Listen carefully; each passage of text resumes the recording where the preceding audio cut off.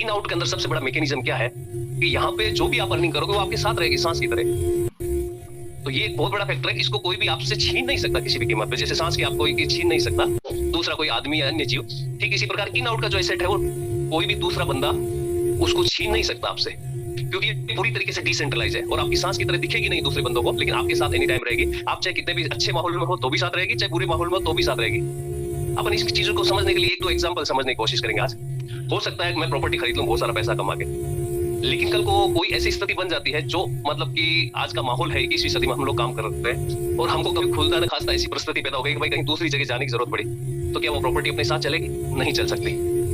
जब भारत का विभाजन हुआ, पाकिस्तान बना, तो जहां यहाँ से छोड़ के जो पाकिस्तान गए वो प्रॉपर्टी को साथ लेके नहीं गए। तो कुछ इन्वेस्टमेंट ऐसे होते हैं लोगों की मतलब की जानकारी के अभाव में वो लोग ऐसी इन्वेस्टमेंट को रियल इन्वेस्टमेंट मानते हैं जो इनका फ्यूचर सिक्योर्ड नहीं है, अनसिक्योर्ड है, वो परिस्थितियों के वश में है।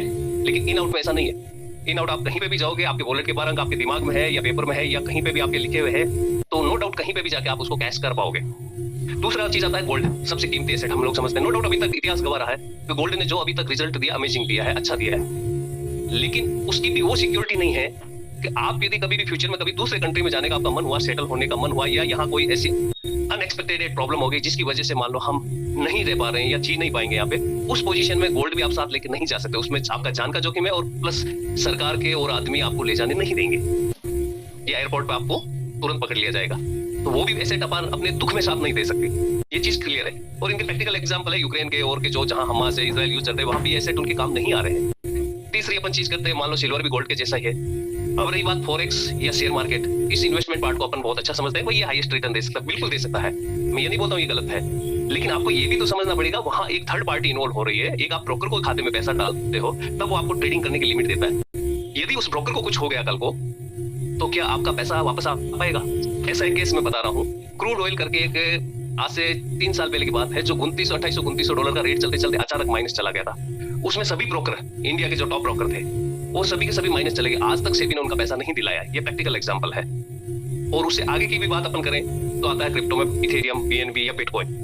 वो नो डाउट आपकी सांस की तरह साथ तो चल सकता है और उसका फ्यूचर भी बहुत ब्रिलियंट है। मैं भी मानता हूँ इस चीज को, मुझे भी मालूम है बिटकॉइन कल 10 करोड़ जाएगा, आपको भी मालूम है 10 करोड़ जाएगा, लेकिन आपका और मेरा क्या वो लेवल है हम लोग इतनी बड़ी अमाउंट के अंदर अपना इन्वेस्टमेंट करें और वो 10 करोड़ जाने से पहले कितनी बार नीचे गिरेगा और कितनी बुरी तरीके से गिरेगा, आप और मेरी बीपी हाई कर देगा और हार्ट अटैक आके ऊपर जाने के बाद वो 10 करोड़ जाएगा। तो वो एसेट भी इन्वेस्टमेंट का रियल सही मैनेजमेंट नहीं है। सही मैनेजमेंट क्या है?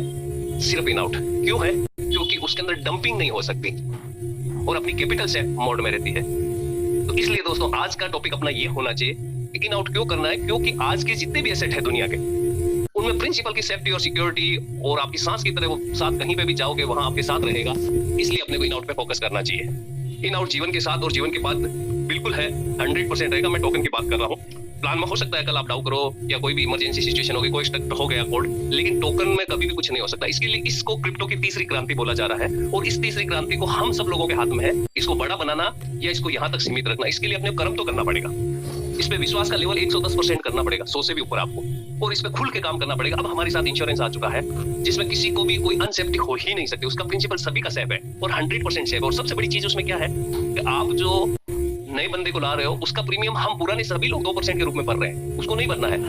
उसका कोई प्रीमियम डिडक्ट नहीं हो रहा है, उससे एक्स्ट्रा पैसा नहीं लिया जा रहा है। जो पुराने लीडर्स है, 45,000 आईडी है जो मतलब कि इन और आउट करती है हर महीने, तो वो 2% आपका प्रीमियम भर रही है। और सिक्योरिटी किसकी मिल रही है? जिसको आप नए बंदे को अंदर ला रहे हो सिस्टम में, उसको प्रिंसिपल की गारंटी मिल रही है। तो ये एक अमेजिंग पार्ट है और इसको गहराई से समझने की जरूरत है और आज अपनी टीम को इसको समझाने की जरूरत है। और सबसे बड़ी है अपने को कुछ टाइम, आने वाले 60 दिन बोलता हूं मैं, सिर्फ 2 महीने यदि आपने इसमें दिल से काम कर लिया तो इतिहास रच देंगे हम लोग मिल करके। अब इसी के साथ हमारे साथ प्रवीण जी है जो अनम्यूट हो चुके हैं। मैं उनका पूरी कम्युनिटी की तरफ से वेलकम करके स्वागत करता हूं। सर, आप उसके टेक्निकल डीप ब्लॉकचेन पे नॉलेज जो देते हैं, तो आज से हम मॉर्निंग सेशन में यही डिसीजन लिया, प्लान शाम को होगा, नए गेस्ट को आप शाम को ही बुलाएंगे। जिनको इसका डीप नॉलेज लेना हो, जिनको इसकी शेयरिंग देनी हो, जिनके कोई क्वेश्चन आंसर हो, वो पार्ट हमारे मेंटर लोग यहाँ पे आपको क्लियर करेंगे। Thank you very much. Continue Praveen ji, और आपका सभी कम्युनिटी की तरफ से मैं वेलकम करता हूँ हैंड राइज करके। बाकी मैं चाहूंगा एक बार सभी लोग प्रवीण जी का कॉन्फिडेंस बढ़ाने के लिए जरूर हैंड राइज करें, ताकि ये अपनी एकजुटता दिखाने का एक मौका होता है। हमारी सबकी सोच एक है, विजन एक है, तो सभी लोग हैंड राइज करके उनका वेलकम करें। Sir thank you very much. Sir continue.